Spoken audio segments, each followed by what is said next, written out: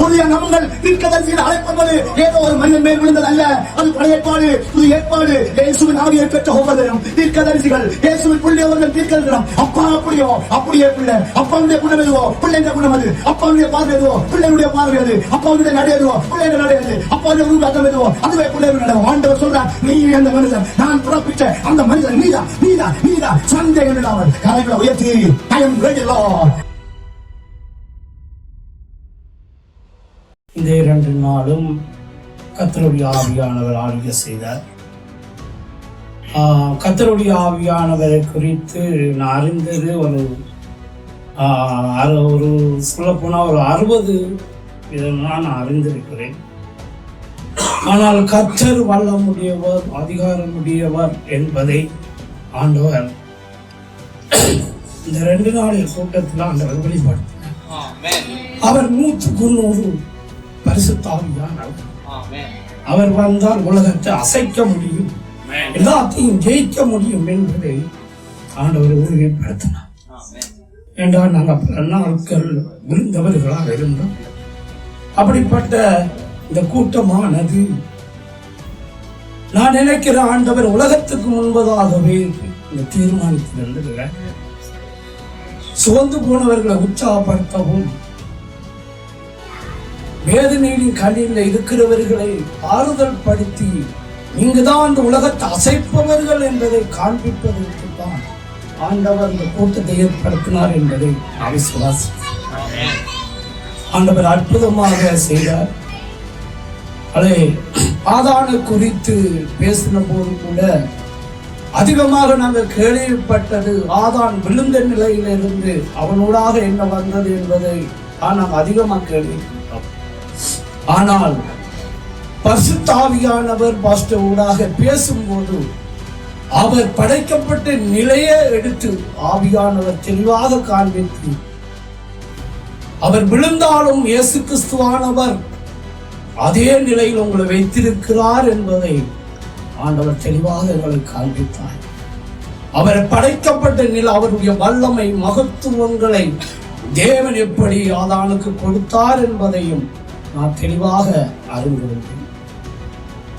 அது சொல்ல போனால் கர்த்தரை குறித்து அதிகமாக இந்த இடத்தில் நான் அறிந்திருந்தேன். ஆதான படைத்த படைப்ப அவர் வைத்த நிலையை குறித்து நான் அறிந்திருந்தேன்.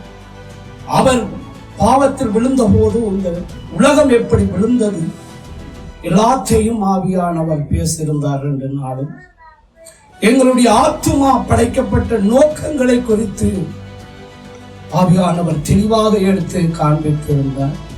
எங்களுடைய ஆத்துமா என்னத்துக்காக படைக்கப்பட்டது என்பதையும் ஆவியானவர் 100% ஆழமாக பேசியிருந்தார்.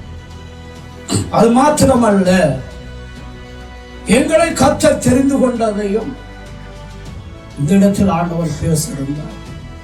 அது எல்லாரும் ஒரு தீர்க்கதரிசிதான். எல்லாரும் ஆண்டவர் வரங்களையும் வல்லமைகளையும் உங்களுக்கு வைத்திரு என்பதையும் இந்த இடத்தில் ஆவியானவர் பேசியிருந்தார்.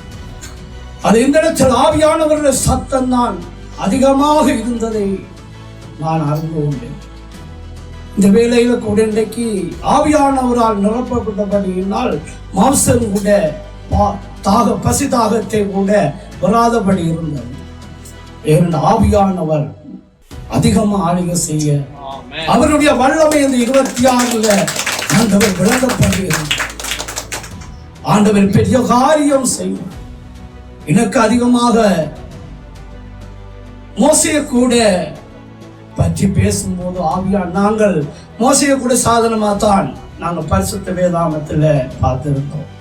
ஆனா ஆவியானவர் இன்றைக்கு மோசையின் விருப்பத்தை அவன் மோச விரும்பின போது அவனுக்கு வல்லமைகளை காண்பித்தார் என்பதையும் இன்றைக்கு ஆழமாக நான் அறிகிறோம். மோசையை குறித்து கூட சாதாரணமாகத்தான் நான் படிப்பேன். ஆனா இன்றைக்கு ஆவியானவர் பேசினது மோசை பார்க்கணும் என்று விரும்பின போதுதான் சகலத்தையும் அவர் வெளிப்படுத்தினார் என்பதை நான் அறிகிறேன். அது இன்றைக்கு இந்த 2 கூட்டமும் ஆவியானவரால் நான் நிரப்பப்பட்டேன் என்பதை நான் சொல்லுகிறேன். ஆவியானவர் 66 புத்தகத்தையும் 2 நாள் படிப்பிலேயே எல்லாத்தையும் ஆண்டவர் அறிந்து கொள்ளும்படியாக எனக்கு செய்திருக்கிறார். 66 புத்தகங்களை இலகுவாக புரிந்து கொள்ளவும் அவருடைய மகத்துவங்களை இன்னமும் ஆழமா அறிந்து கொள்ளவும் 2 நாளைய பாடத்துல கர்த்தர் தெளிவாக வெளிப்படுத்தி இருக்கிறார். கர்த்தருக்கு நான் இன்னமும் ஸ்தோத்திரம் சொல்லுகிறேன். என்னுடைய கண்களை திறந்தார் என்பதுதான் என்னால் சொல்ல முடியும். ஆவியானவர் கண்களை திறந்தார் என்பதுதான். அது கர்த்தருக்கு மகிமை உண்டாகட்டும். கர்த்தர் பெரிய காரியத்தை எனக்கு செய்திருக்கிறார். கர்த்தர் அழைத்தவர் என்பதை நான் தெரிந்து கொண்டேன். என்னை தெரிந்து கொண்ட நோக்கத்தையும் நான் தெரிந்து கொண்டேன். ஆழமாக கர்த்தர் எங்களை அழைத்து அற்புதம் செய்ய உங்களுடைய பயன்படுத்தும்படியாக கர்த்தர் தெரிந்து கொண்டார் என்பதையும் இந்த இடத்துல ஆவியானவர் அதிகமாக ஆண்டவர் பேசினார். நான் கர்த்தருக்கு மகிமை உண்டாகட்டும். இந்த இடத்துல எல்லாவர் ஊடாகவும் ஆண்டவர் ஆளுகை செய்தார். எல்லா ஊடாகவும் பேசினார்.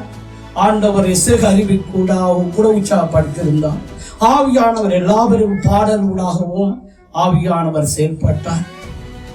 அது சில ஆலோசனைகள் சொன்ன போது அது ஊடாக கூட நிறைய வெளிப்பாடுகள் ஆவியானவர் தந்திருந்தார். எல்லாத்திற்கும் நான் கர்த்தருக்கே நன்றி செலுத்துவேன்.